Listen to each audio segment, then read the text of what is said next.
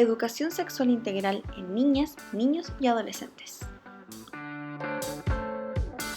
Bienvenidos a un nuevo episodio de La Salud de Chile Podcast. Este será un capítulo destinado a un tema súper potente, que es la educación sexual integral en niños, niñas y adolescentes. Y es que la necesidad de educar en materia de sexualidad en nuestro país se hace cada vez más imperiosa, dadas las preocupantes cifras relacionadas a violencia sexual en menores de edad,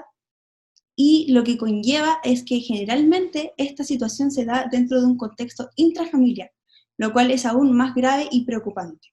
Además de las cifras elevadas en infecciones de transmisión sexual, falta de consentimiento en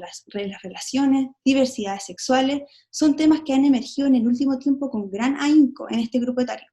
Lo hemos visto en las noticias, en redes sociales, por todas partes. Recientemente se discutía un proyecto de ley que buscaba establecer un marco normativo general en materia de educación sexual y afectiva en niños, niñas y adolescentes. Para conversar a profundidad de este tema tan relevante es que nos encontramos con Scarlett Muñoz Lobos, quien es matrona, académica del Departamento de Promoción de la Salud de la Mujer y del Recién Nacido, de la Facultad de Medicina de la Universidad de Chile. Hola Scarlett. Hola Bárbara. Bien, qué bueno que estés con nosotros. Muchas gracias por la invitación. Gracias por aceptar. Yo creo que hay que comenzar un poco definiendo qué es la salud, qué es la educación sexual integral, porque hay mucho desconocimiento frente a este tema en el ámbito académico, en la comunidad universitaria y en la población general. En el fondo hay mucho desconocimiento. ¿Nos podrías contar? Exacto. En realidad antes se hablaba solamente de educación sexual y no se le colocaba, digamos, la palabra integral, ya que el enfoque que existía era muy biologicista y enfocado principalmente en lo reproductivo y no tanto en lo sexual y reproductivo, que son cosas distintas, y de esta forma finalmente la educación sexual integral es un enfoque de la educación sobre la sexualidad que está basado en derechos y tiene perspectiva de género. Además, esto se incluye tanto dentro como fuera del sistema escolar, es decir, incluye también la educación que se da por parte de la familia. Esta se entiende como una educación que es a lo largo de un proceso, se imparte a lo largo de varios años y se incorpora la información adecuada a la edad en consecuencia del crecimiento y el desarrollo de los niños, niñas y adolescentes, y las capacidades cambiantes también a raíz de los tiempos y todo el contexto. Va a incluir de este modo, a diferencia de la educación sexual antes conocida, información científicamente sobre el desarrollo humano, la anatomía, la salud reproductiva, como también información sobre anticoncepción, parto, infecciones de transmisión sexual, como el VIH, entre otras, y además información con la que los jóvenes, niños, niñas y adolescentes puedan explorar y cultivar algunos valores positivos en torno a su salud sexual y reproductiva, como también relacionarse con los otros, y es un tipo de educación que abarca el análisis tanto de la vida familiar como de las relaciones interpersonales, la cultura, los roles de género, y aborda la igualdad de género y las amenazas a estas, como puede ser, por ejemplo, la discriminación o el abuso. Perfecto. ¿Y cuál sería la normativa actual en Chile en relación a la educación sexual? ¿Qué tan atrasados vamos?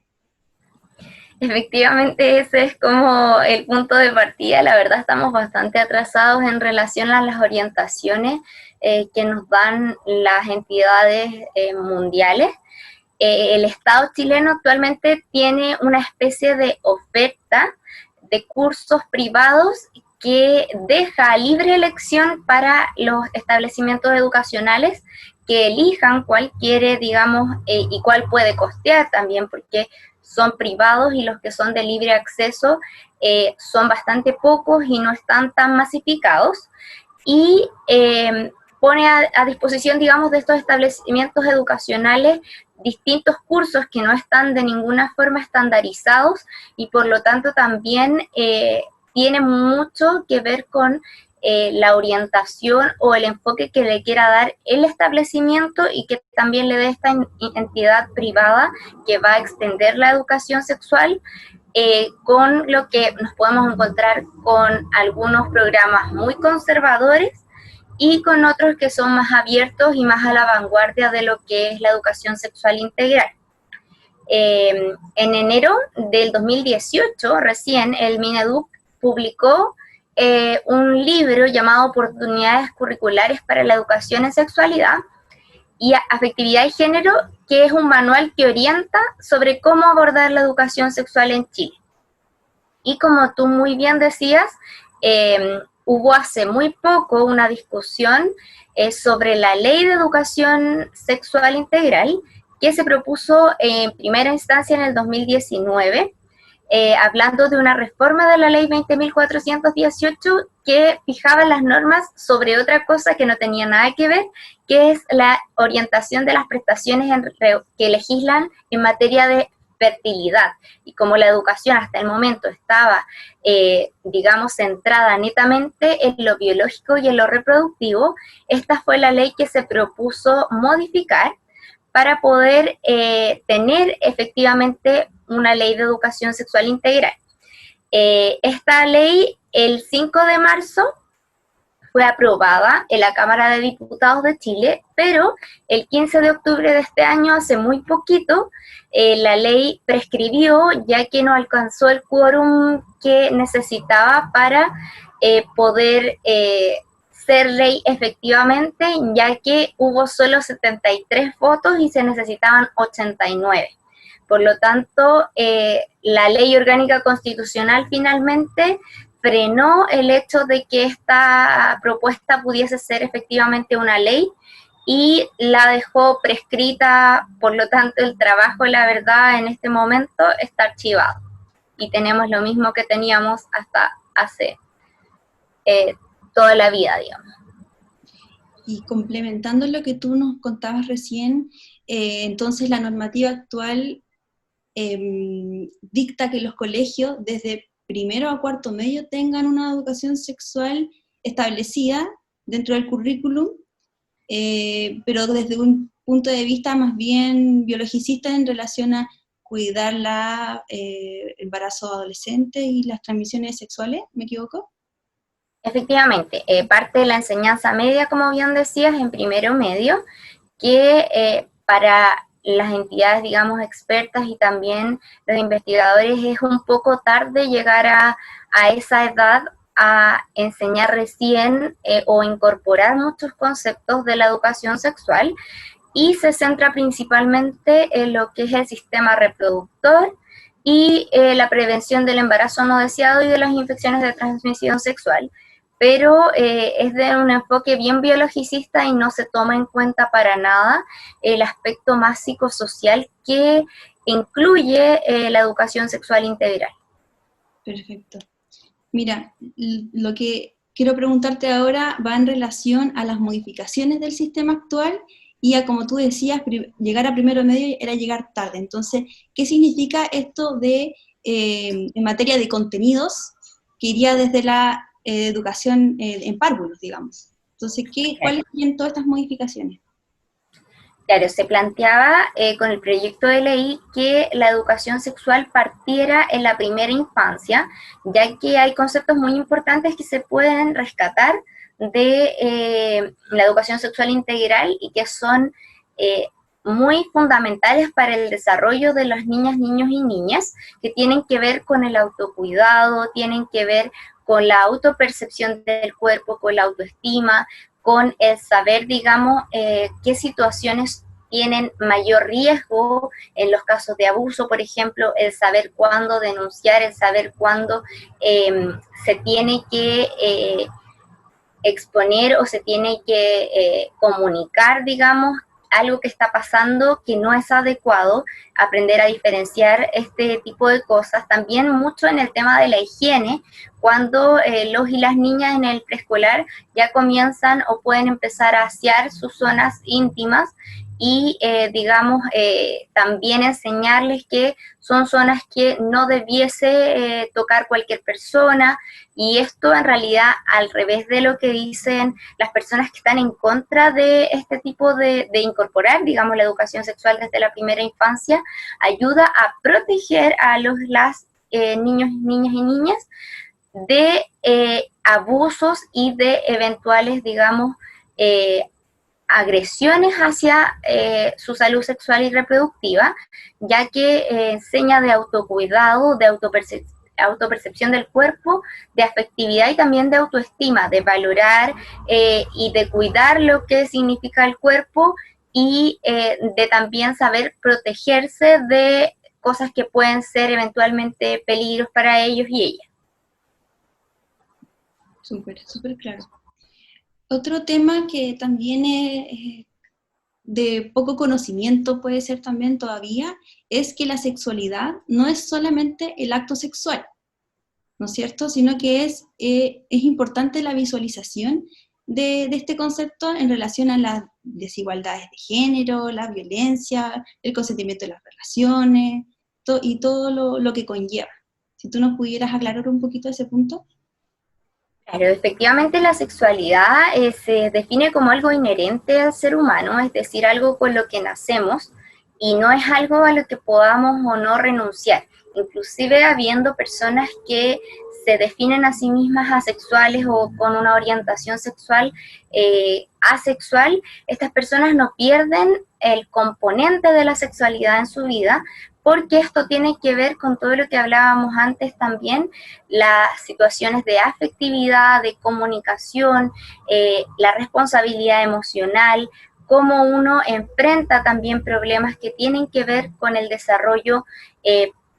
sobre todo en jóvenes y adolescentes, puberal, y todos los riesgos que implica el inicio, por ejemplo, de la actividad sexual. Y efectivamente, parte de la sexualidad se ha enseñado siempre como el acto sexual o la práctica sexual, y muy enfocado también hacia lo heterosexual. Y hay que entender que en el actual mundo, digamos, se entiende que la sexualidad y la orientación sexual es un espectro en el que se puede fluir, y existen muchas más categorizaciones de personas que pueden no estar dentro de esta categoría heterosexual y pueden sentirse discriminados, y es de hecho discriminatorio el no enseñarle, por ejemplo, cómo cuidarse de infecciones de transmisión sexual a parejas homosexuales o parejas de lesbianas que pueden iniciar su actividad sexual en la adolescencia de manera insegura al no tener estas herramientas y la adecuada educación sexual integral.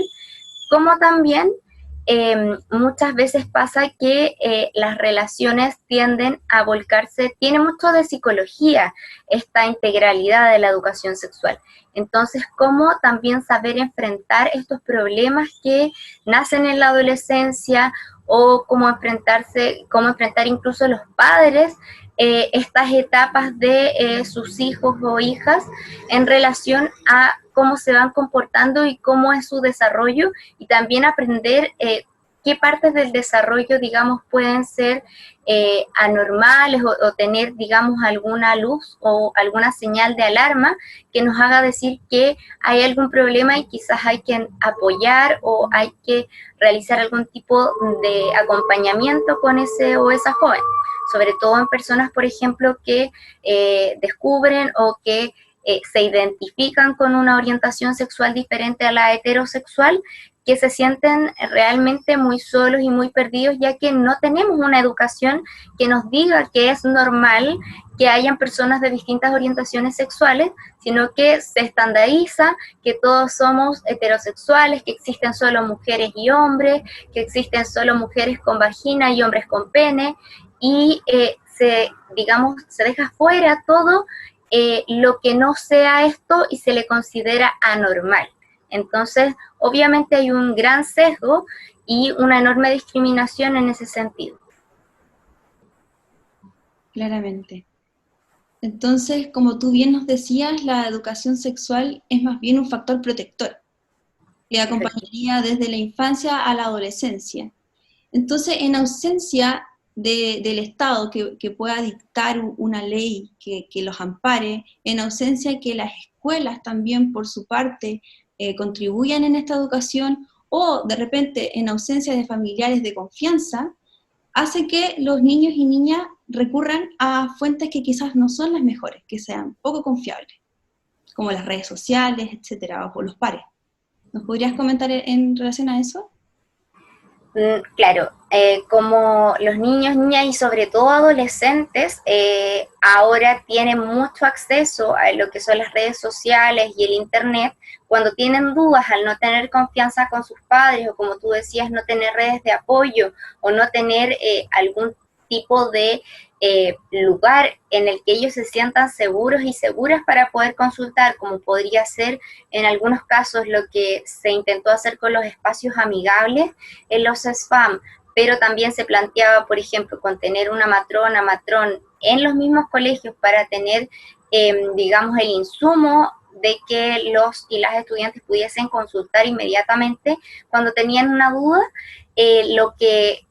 la educación sexual se construye en relación a muchas veces experiencias propias de los mismos jóvenes y adolescentes que van transmitiéndose entre sí y que muchas veces son experiencias que no han sido, digamos, las más beneficiosas o que no han sido tampoco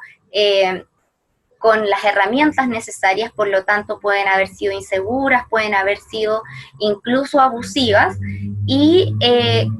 aparte se complementa con todo lo de las redes sociales y el internet, que muchas veces tiene información muy valiosa y también muy cierta, pero la realidad es que no se filtra nada, por lo tanto se puede tener información de todo tipo y se caen, por ejemplo, la educación sexual integral abarca lo que significa el aborto inseguro y esto, por ejemplo, hay miles de técnicas que no las voy a comentar, pero se replican y se siguen, digamos, transmitiendo de generación en generación, que perpetúan que el aborto inseguro se siga cometiendo y que no tengamos cifras oficiales y que cause alta mortalidad para las mujeres. Acá en Chile está un poco más controlado, pero a nivel de Latinoamérica, la verdad, las cifras son bastante alarmantes. Entonces, efectivamente, al no tener un programa estatal y que sea universal de educación sexual integral, se recurre a fuentes que no son necesariamente las más seguras o las más idóneas, y de esta manera se va realizando una especie de autoformación en la cual hay muchas voces y la validación muchas veces tiende a ser entre los pares. Por lo tanto, se tiende también a lamentablemente transformar en un medio de educación sexual el uso de la pornografía, que obviamente no es la fuente ideal ni la fuente correcta, porque tiene un montón de estereotipos, de abusos, de incluso violaciones que se, digamos, replican y que se cree que también es algo normal. Muchos jóvenes, digamos, preocupados por el tamaño de sus genitales, jóvenes que digamos, se acomplejan por no tener ciertos estándares de belleza, y todo esto, digamos, va también acompañado de que no se habló antes de esta seguridad y este autocuidado del cuerpo, que finalmente va a determinar que haya una personalidad que sea con que tenga una autoestima más baja y que también tienda a ser más retraída o a no consultar cuando tiene dudas, o hacerlo entre sus pares, y eso hace que muchas veces no sea la mejor fuente y se generen muchas, incluso disfunciones sexuales que pueden repercutir hasta la adultez. O sea, la educación sexual integral se plantea desde la primera infancia hasta la adolescencia, pero como dije antes también, la sexualidad es algo inherente a nosotros y claramente vamos a seguir como adultos, si es que no tuvimos una educación sexual integral dentro de nuestro desarrollo, como adultos vamos a tener muchas falencias o faltas de herramientas para poder desarrollarnos en nuestra vida como tal,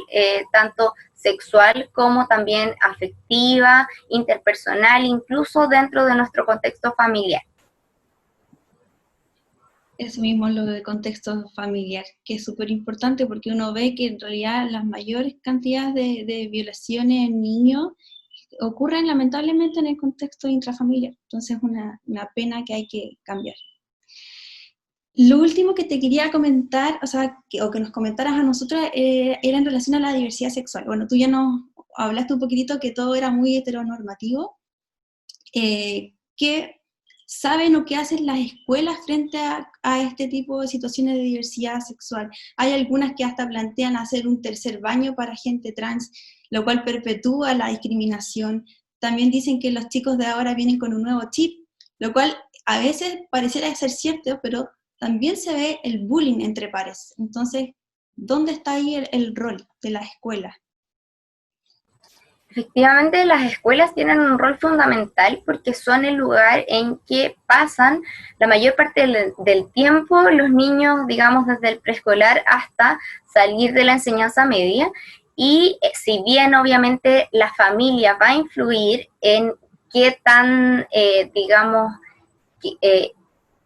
cómo la cultura e incluso las creencias familiares van a determinar el tipo de colegio o dónde se eduquen estos jóvenes y niños y niñas, es trascendental el hecho de que los profesores, las profesoras también deben ser capacitadas al respecto y efectivamente, como decías tú, no perpetuar estas cosas que hacen que efectivamente se siga replicando la discriminación al decirle a estas personas que finalmente se sienten mujeres, se sienten hombres, que son otra cosa y que no pueden, digamos, hacer su vida normal porque siempre se les está estigmatizando. La escuela tiene el rol finalmente de generar un ambiente seguro, porque también sabemos lamentablemente de colegios que realizan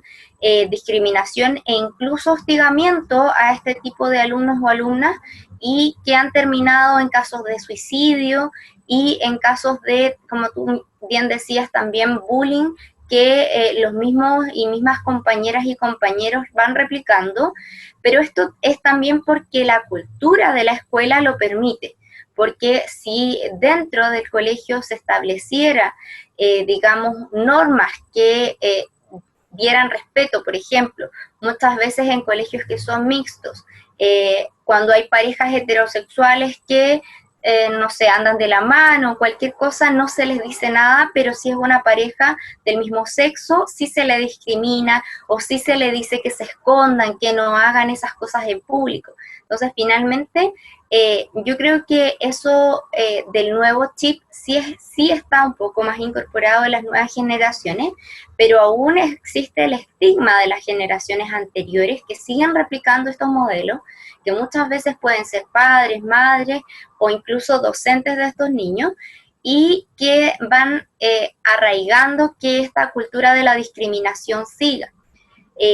Ahora, también plantearnos como la duda de por qué tienen que existir baños de hombres y de mujeres. ¿Qué pasa si existe una persona que se siente no binaria, o sea, no se siente ni hombre ni mujer, y tiene que elegir por una de las dos por tener una genitalidad o haber sido, digamos, determinado de nacimiento con un cierto sexo biológico? Y, digamos, el desarrollo de esa persona también se va a ver afectado a raíz de esto. Porque hay colegios de hombres y colegios de mujeres, y también esta digamos, cultura y esta educación que reciben son totalmente distintas, porque tratamos a los colegios de señoritas que vayan con jumper o que vayan con falda, que se presta también para muchos temas de grabaciones y un montón, digamos, de incluso amenazas para estas niñas, y porque los hombres pueden ir con pantalones, pueden ir con buzos. Entonces es cambiar desde el centro todo lo que es la cultura de la discriminación y entender que la sexualidad es algo que es natural y que por mucho que se quiera, digamos, esconder o retrasar, porque muchas veces también dicen, no, es que hablar de sexualidad más tarde ayuda a retrasar el inicio de la actividad sexual en los jóvenes y adolescentes, y la verdad es, se ha visto que en colegios que son sumamente conservadores, como los que tienen ciertas religiones, los jóvenes igual empiezan la actividad sexual dentro de su adolescencia y la empiezan de manera mucho más insegura porque no han recibido las herramientas necesarias. Entonces, realmente, como decía antes también, determina más bien un riesgo que un beneficio o un factor protector para estos chicos el no recibir la educación sexual adecuada. Y el rol de la escuela precisamente es proteger y formar a jóvenes y adolescentes, niños y niñas en relación a que van a criarse en un mundo que está, y cada vez más aún, muy heterogéneo y que cada vez vamos teniendo más información y vamos teniendo también más necesidad de entender que no todos ni todas somos iguales y que no por vernos de una forma también vamos a representar una u otra orientación sexual, una u otra identidad de género. Entonces, como formación es estructural y es fundamental que las escuelas se hagan cargo de esto porque las familias no dan abasto y porque son las escuelas los lugares donde más pasan los jóvenes, adolescentes, niños y niñas y donde realmente se forman. Creo que nos ha quedado muy claro. Muchas gracias por todo tu aporte en materia de educación sexual integral.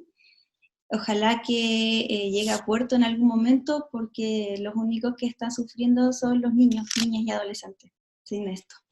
de todas maneras. Muchas gracias, Scarlett, por acompañarnos el día de hoy. Gracias por la invitación, igualmente, un placer.